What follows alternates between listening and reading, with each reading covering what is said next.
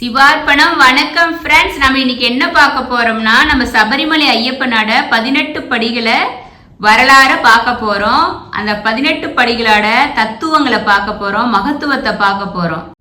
அந்த 18 படிகள்ல ஒவ்வொரு மனிதரும் ஆன்மீகத்தை விரும்புறவீங்க வாழ்வில ஒரு முறையாவது 18 படியில ஏறி நம்ம ஐயப்பனை தரிசிக்கணும்னு சொல்லிட்டு எல்லாரும் விரும்புவாங்க. அப்படி ஏறி தரிசனம் பண்றீங்க புண்ணியமான ஆத்மாவா இருக்கும். இப்ப நம்ம ஐயப்பனோட 18 படிகள தத்துவத்தை கேட்டுக்கிட்டு நம்ம சபரிமலை ஐயப்பனோட 18 படி பூஜைய நீங்க கண் குளிர பாருங்க ஃப்ரெண்ட்ஸ். இப்படி பூஜையை பாக்குறவங்களுக்கு புண்ணியம்னா அந்த படிக்கட்டுல ஏறி போறவங்களுக்கு எவ்வளவு புண்ணியம் இருக்கும். சிவபெருமானையும் மகாவிஷ்ணுவையும் ஒரு சேர தரிசனம் பண்றதுக்கு சமம். ஏன்னா மாயக்கண்ணன் அன்னையாகவும் சக்தி படுத்த ஈசனை தந்தையாகவும் பெற்றவர் தான் நம்ம ஐயப்பன். நம்ம அந்த 18 படியை எப்படி ஃபர்ஸ்ட் உருவாச்சு, அதோட தத்துவங்கள் என்னன்னு பார்க்கலாம் ஃப்ரெண்ட்ஸ். 18 படியோட பூஜையை பாருங்க ஃப்ரெண்ட்ஸ். சத்தியம் காக்கும் சத்தியமான பொண்ணு 18ஆம் படி அப்படிங்கிற அடமொழி சபரிமலையில் உள்ள 18 படிகளுக்கு இருக்கு. ஐயப்பன் சபரிமலையில எழுந்தருள சமயம் ஐயப்பனாய் அவதரித்த மணிகண்டனுக்கு கோயில் எழுப்பிய போது கோவில்ல ஞான பீடத்தில் அமர ஐயப்பன் வராரு. அப்போது அவரு 18 படிகளை உருவாக்கி இருந்துச்சு. எப்படி உருவாச்சுன்னா, ஐயப்ப அவதாரத்துல ஐயப்பன் 12 வயசு பாலகனாதான் இருக்கிறதுனால சின்ன வயசா இருக்கிற பாலகன் அவ்வளவு உயரமான ஞான பீடத்துக்கு போகணும்னா எப்படி ஏறுவாங்க அப்படின்னு சொல்லிட்டு தெய்வீக எண்ணத்துல அங்கு கூடியிருந்த தேவர் கூட்டத்தில் உள்ள 18 தேவதைகள் தரையில படுத்து கோவில் பீடம் வர படிக்கட்டுகளை போல வரிசையா படுத்துக்கிட்டாங்க. ஐயப்பன் அந்த 18 படிகளாக பாவித்து படுத்துள்ள தேவதைகள் மீது பாதம் வைத்து ஏறி ஞான பீடத்தில் அமர்ந்து தேவர்களின் பூஜையை ஏற்றுக்கிட்டாரு அப்படின்னு சொல்லிட்டு இருக்கு. இப்படி எண்ணிக்கை முறையில பதிக்கப்பட்ட 18 படிகளது மகாவிஷ்ணுவின் மறு அவதாரமான நம்ம பரசுராமின் கரங்களால் பூஜிக்கப்பட்டு தெய்வாம்சம் பெற்றது. சத்தியமான பொண்ணுகளால் 18ஆம் படிகளாக இன்று கம்பீரமா காட்சி அளிக்குது.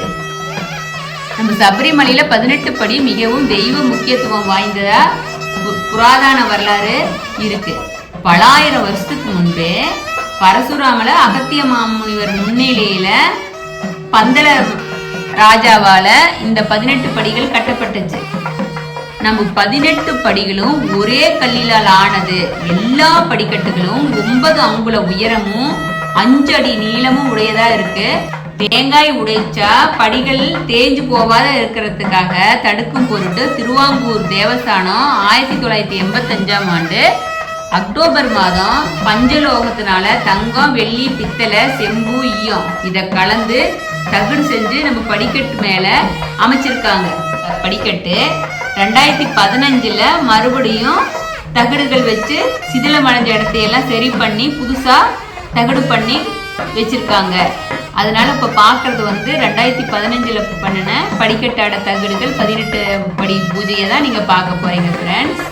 நம்ம 18 படிகளோட சிறப்பு என்னன்னா, பகவத்கீதையின் அத்தியாயம் 18, குருஷேஸ்திர யுத்தம் நடந்த நாட்கள் 18, புராணங்களின் எண்ணிக்கை 18, ஐயப்பனின் போர்க்கருவிகள் 18, ஐயப்பனின் தத்துவ குணங்கள் 18, சரணம் விழிக்கும் முறைகளும் 18, சித்த புருஷர்கள் 18, சபரிமலையை சுற்றியுள்ள மலைகள் 18, சபரிமலையில் அமைந்துள்ள திருப்படிகள் 18.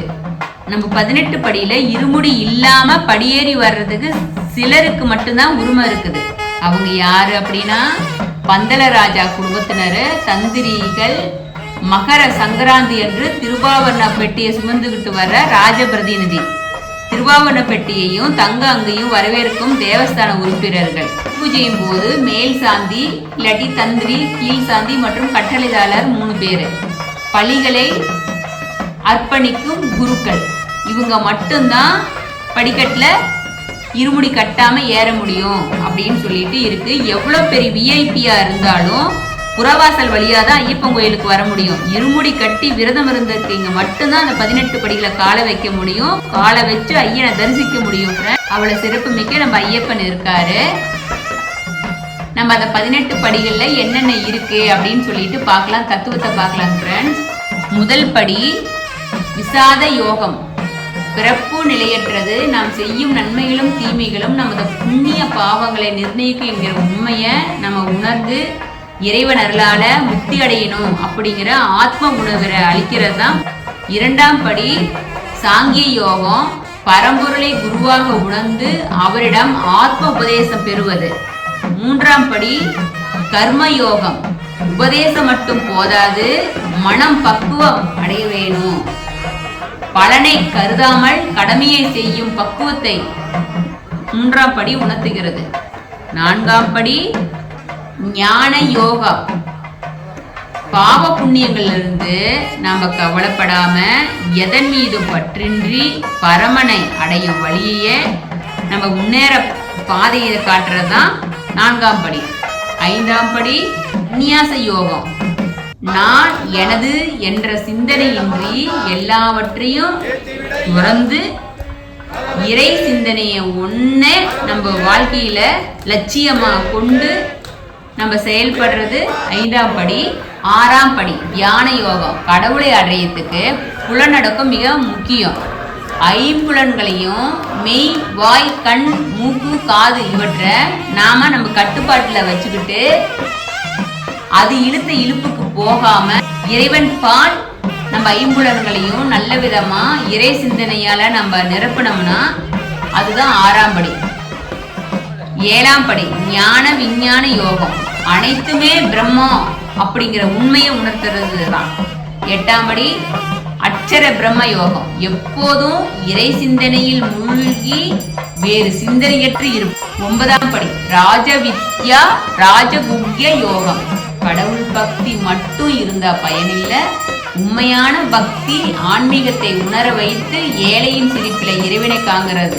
பத்தாம் படி விபூதி யோகம். அழகு, அறிவு, ஆற்றல் என எத்தனை குணங்களை கண்டாலும் அதை இறைவனாவே நம்ம உணரணும்.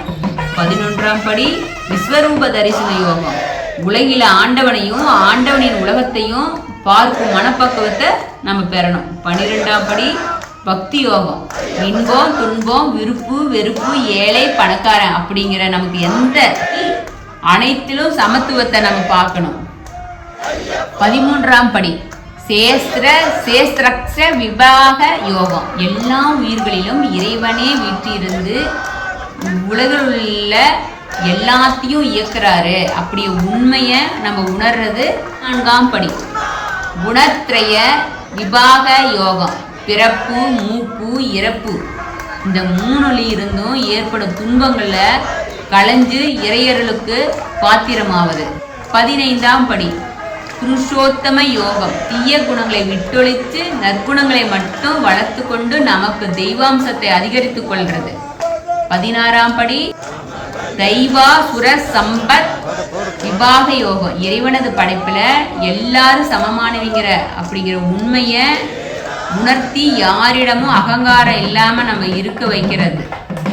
17ஆம் படி சிரத்தாத்திரைய விபாக யோகம். சர்வமும் பிரம்ம மயம் என்ற நிதர்சனத்தினை புரிஞ்சுக்கிட்டு பரபிரம்ம ஞானம் பெறுவதற்கு வழிகாட்டுறது. 18ஆம் படி மோட்ச சந்நியாச யோகம்.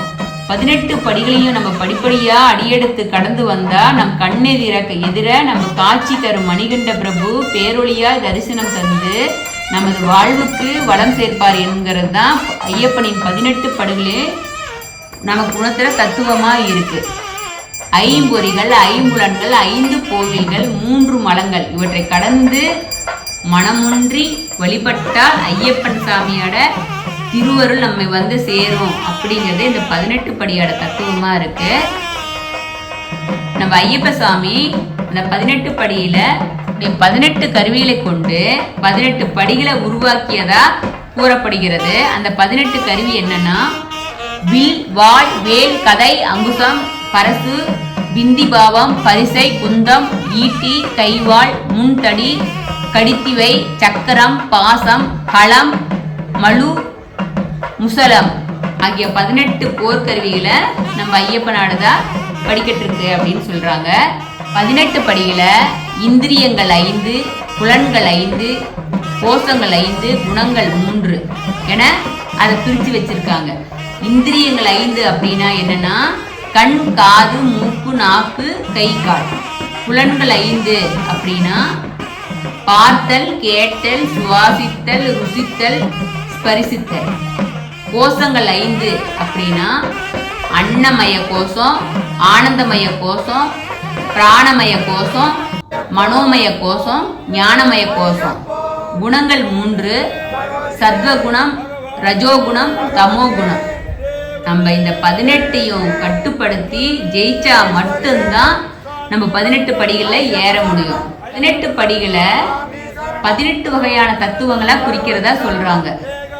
மெய், வாய், கண், காது, மூக்கு, சினம், காமம், பொய், களவு, சூது, சுயநலம், பிராமண, சத்திரிய, வைசிய, சூத்திர, சத்திய, தாமச, ராஜச அப்படிங்கிற 18 வகை குணங்களையும் நம்ம தாண்டினா நம்ம ஐயப்பனை நம்ம பார்க்க முடியும் அப்படின்னு சொல்றாங்க.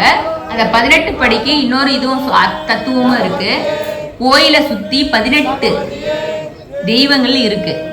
அந்த 18 தெய்வங்களும் என்னன்னா ஒவ்வொரு படியிலையும் ஒவ்வொரு தெய்வங்கள் இருக்கிறதா புராணங்கள் இருக்கு. 1ஆம் திருப்படியில சூரிய பகவானும், 2ஆம் திருப்படியில சிவபெருமானும், 3ஆம் திருப்படியில சந்திர பகவானும், 4ஆம் திருப்படியில பராசக்தியும், 5ஆம் திருப்படியில செவ்வாய் பகவானும், 6ஆம் திருப்படியில முருகப்பெருமானும், 7ஆம் திருப்படியில புத பகவானும், 8ஆம் திருப்படியில நம்ம மகாவிஷ்ணுவும், 9ஆம் திருப்படியில நம்ம குரு பகவானும், 10ஆம் திருப்படியில பிரம்மதேவனும், 11ஆம் திருப்படியில சுக்கிர பகவானும், 12ஆம் திருப்படியில லக்ஷ்மி தேவியும், 13ஆம் திருப்படியில சனி பகவானும், 14ஆம் திருப்படியில யமதர்மராஜாவும், 15ஆம் திருப்படியில ராகு பகவானும், 16ஆம் திருப்படியில சரஸ்வதி சாமியும், 17ஆம் திருப்படியில கேது பகவானும், 18ஆம் திருப்படியில விநாயக பெருமானும் இருக்கிறதா ஐதீகமா இருக்கு. படிபூஜை சபரிமலையில சிறந்த முறையில செய்யப்படுகிறது. படிபூஜை நடைபெறும் தினத்துல 18 படிகளையும் பூக்களால விளக்குகளாக அலங்கரித்து அவற்றுக்கு கீழே 18 படி ஏறும் இடத்துல பிரதான தந்திரி 18 வெள்ளி கலசங்களை வைத்து படிபூஜை செய்வார். இப்ப நீங்க பாத்துருக்கீங்களா ஃப்ரெண்ட்ஸ்? இப்படிதான் நடந்துட்டு இருக்கு பாத்தீங்களா? இதுக்கு எத்தனை பெரிய புண்ணியம் பண்ணி இருக்கணும். சபரிமலை ஐயப்பன் கோயில் 18 படி பூஜையை நம்ம வீட்டுல இருந்தே நீங்க பாக்குறீங்க. இது பாக்குற ஒவ்வொருத்தரும் புண்ணியமான ஆத்மா. ஒவ்வொரு படியிலும் பீட பூஜையும் மூர்த்தி பூஜையும் நடத்துவாரு. பிறகு 18 படிகளுக்கும் கலசாபிஷேகமும் நடைபெறும். நீராஞ்சன தீபம் காமிப்பாங்க. 18 படிகளும் வெள்ளி மற்றும் பித்தளை விளக்குகளால அலங்கரிக்கப்பட்டிருக்கும். நைவேத்தியம் காட்டிய பின் பிரசன்ன பூஜை செய்வாரு. பிறகு கற்பூரம் ஜோதி ஏற்றி தீபாரதனை காண்பிக்கப்பட்டு சபரிமலை பிரதான தந்திரியும் மேல் சாந்தியுமான மற்றும் பல சில பக்தர்களும் படியேறி செல்வாங்க. பிறகு சன்னிதானத்தில் ஐயப்பனுக்கு அரவணம் பாயாசம் நைவேத்தியமா செய்து தீபாரதனை காமிப்பாங்க. இந்த 18 படிகளையும் ஐயப்ப சாமி 18 வகையான திருநாமங்களுடன் அவர் அமர்ந்திருக்கிறதா ஒரு வரலாறு இருக்குது. அது என்னன்னா, 1ஆம் திருப்படி குளத்து புலை பாலகன், 2ஆம் திருப்படி ஆரியங்காவு ஐயன், 3ஆம் திருப்படி எரிமேலி சாஸ்தா, 4ஆம் திருப்படி அச்சங்கோவில் அரசன், 5ஆம் திருப்படி புவனேஸ்வரன், 6ஆம் திருப்படி வீரமணி கண்டன், 7ஆம் திருப்படி பொன்னம்பலவாசன், 8ஆம் திருப்படி மோகினி பாலகன், 9ஆம் திருப்படி சிவபுத்திரன், 10ஆம் திருப்படி ஆனந்த சித்தன், 11ஆம் திருப்படி இருமுடி பிரியன், 12ஆம் திருப்படி பந்தல ராஜகுமாரன், 13ஆம் திருப்படி பம்பாவாசன், 14ஆம் திருப்படி வன்புலி வாகனன், 15ஆம் திருப்படி ஹரிஹர சுதன், 16ஆம் திருப்படி சத்குருநாதன், 17ஆம் திருப்படி பிரம்மாண்ட நாயகன், 18ஆம் திருப்படி சத்யஸ்வரூபன் அப்படின்னு ஐயப்பன் 18 பேராட 18 படியில ஐயப்ப சாமி அமர்ந்திருக்கிறாரு. 18 மலை தேவதைகளையும் வழிபாடு செய்வதில் தான் 18 படி பூஜையும் இருக்குது. ஏன்னா அந்த 18 மலையும் படி பூஜையா இருக்காங்கன்னு சொல்றாங்க. சபரிமலை, பொன்னமலைமேடு, கவுண்டமலை, நாகமலை, சுந்தரமலை, திருச்சிற்றம்பலமேடு, கல்கிமலை, மாதாங்கமலை, மயிலாடுமலை, ஸ்ரீமாதமலை, தேவர்மலை, நீலக்கல் மலை, தலப்பாறை மலை, நீலிமலை, கரிமலை, புதுச்சேரி, அப்பாச்சிமேடு, இஞ்சிப்பாறை இப்படின்னு 18 மலைகளும் படிகளா இருக்கு. படி பூஜை செய்யறாங்க. சரீர சாஸ்திர அமைப்புப்படி உடல் அமைப்பு முதுகுத்தண்டில் ஆரம்பித்து மூலாதாரம், சுவாதிஷ்டானம், மணிப்பூரகம், அநாகதம், வம்பி, விசுத்தி, ஆங்கதா, பிந்து, அர்த்த சக்கரம், ரோகிணி, நாகம், சாந்தாரம், சக்தி, வியானிக, சமண, உண்மன, மகாபிந்து, சகசிராமம் அப்படிங்கிற 18 யோக சாஸ்திர ரகசியம் 18 படிகள் மூலமா அறிவிக்கப்படுகிறது அப்படின்னு சொல்றாங்க. இப்படிப்பட்ட மகிமை வாய்ந்த படிக்கட்டுல தெய்வீக தன்மையை காப்பாற்றவும் முறையா விரதம் இருந்து படி ஏறுகிறவர் நல்ல பலனை பெறலாம். சரியான விரதம் இல்லாமல அந்த படிக்கட்டுல காலை ஏறி போறவங்க அபச்சாரத்திற்கும் பரிகாரமாகவும் தான் இந்த பூஜை படி பூஜை நடக்குது. இந்த படியில வீட்டிற்கும் ஒவ்வொரு தேவதைகளுக்கும் தனித்தனியான ஆவாகனம் என்கிற கோடசோப சார பூஜையும் செய்து 18 படிகள்ல புனித தன்மையை இன்றளவுக்கு காத்துக்கிட்டு வர்றாங்க. சத்திய தர்மங்கள் வடிவில கடுத்தா சாமி, கருப்பா சாமி, கருப்பாயி அம்மா ஆகியோர் காவல் தெய்வங்களா படிக்கட்ட காத்துக்கிட்டு வர்றாங்க. 18 படியில மனதுல பக்தி இன்றி பூஜைய விரதத்தை கரெக்டா கடைப்பிடிக்காம பக்தர்கள் அந்த 18 தேவதைகள் மீது கால் வைக்க நினைச்சா மேல் சொன்ன காவல் தெய்வங்க அத்தனை பக்தர்களையும் துன்பங்களையும் கஷ்டங்களையும் ஏற்படுத்துவாரு. இந்த படிக்கட்டுக்கு தந்திர முறையில மாதம் பூஜை செஞ்சு அந்த படிக்கட்டுகள் மகிமையையும் புனிதத்தன்மையையும் புனருதாரணம் செய்கிறாங்க. சபரிமலை 18 மலைகளால் சூழப்பட்ட புண்ணிய சேஸ்திரமா இருக்குது. இந்த மத ஆசாரப்படி சபரிமலைக்கு போகும் முன்பு சில முக்கிய நம்ம கோவில தரிசிச்சுட்டு தான் நம்ம போகணும். நம்ம 18 படிக்கு 10 கிலோ தங்கம், 30 கிலோ வெள்ளி, அப்புறம் பித்தளை, சீயம், செம்பு இதெல்லாம் கொடுத்துருக்காங்க. அதை வச்சுதான் படிக்கட்டு பண்ணியிருக்காங்க. இவ்வளவு சிறப்பு மிக்க நம்ம 18 படிகளோட ஐயப்பனோட 1ஆம் படி சரணம். 1ஆம் திருப்படி சரணம் ஐயப்பா, 2ஆம் திருப்படியே சரணம் ஐயப்பா, 3ஆம் திருப்படியே சரணம் ஐயப்பா, 4ஆம் திருப்படியே சரணம் ஐயப்பா, 5ஆம் திருப்படியே சரணம் ஐயப்பா, 6ஆம் திருப்படியே சரணம் ஐயப்பா, 7ஆம் திருப்படியே சரணம் ஐயப்பா, 8ஆம் திருப்படியே சரணம் ஐயப்பா, 9ஆம் திருப்படியே சரணம் ஐயப்பா, 10ஆம் திருப்படியே சரணம் ஐயப்பா, 11ஆம் திருப்படியே சரணம் ஐயப்பா, 12ஆம் திருப்படியே சரணம் ஐயப்பா, 13ஆம் திருப்படியே சரணம் ஐயப்பா, 14ஆம் திருப்படியே சரணம் ஐயப்பா, 15ஆம் திருப்படியே சரணம் ஐயப்பா, 16ஆம் திருப்படியே சரணம் ஐயப்பா, 17ஆம் திருப்படியே சரணம் ஐயப்பா, 18ஆம் திருப்படியே சரணம் ஐயப்பா. 18 படிகளும் ஐயப்பா சரணம். இவ்வளவு சிறப்பு மிக்க நம்ம ஐயப்பனோட 18 படிகளோட தத்துவங்களை கேட்டுக்கிட்டு நீங்க படி பூஜையை பார்த்தீங்க. அந்த புண்ணியமான தருணத்தை உங்களுக்கு சொல்ல வச்ச நம்ம ஐயப்பன் பாதத்தை வணங்குறோம். நம்ம அறிந்தும் அறியாமலும் தெரிந்தும் தெரியாமலும் செய்த சகல குற்றங்களையும் பொறுத்து காத்து ரசிக்க வேணும். ஓம் ஸ்ரீ சத்தியமான பொண்ணு 18ஆம் படி மேல் வாழும் வில்லாளி வீரன் வீரமணி கண்டன் காசி ராமேஸ்வரம் பாண்டி மலையாள அடக்கியாலும் ஓம் ஸ்ரீ ஹரிஹர சுதன் ஆனந்த சித்தன் ஐயன் ஐயப்பன் சுவாமியே சரணமையப்பா, சுவாமியே சரணமையப்பா. வாழ்க்கையில ஒரு நாள் நாச்சும் அந்த படிக்கட்டுல ஐயப்பன் நம்மளை ஏற வைப்பாங்க நம்பிக்கையில பூஜைய ஐயப்பன் பாதத்துல சமர்ப்பிக்கிறோம். சிவார்ப்பணம்.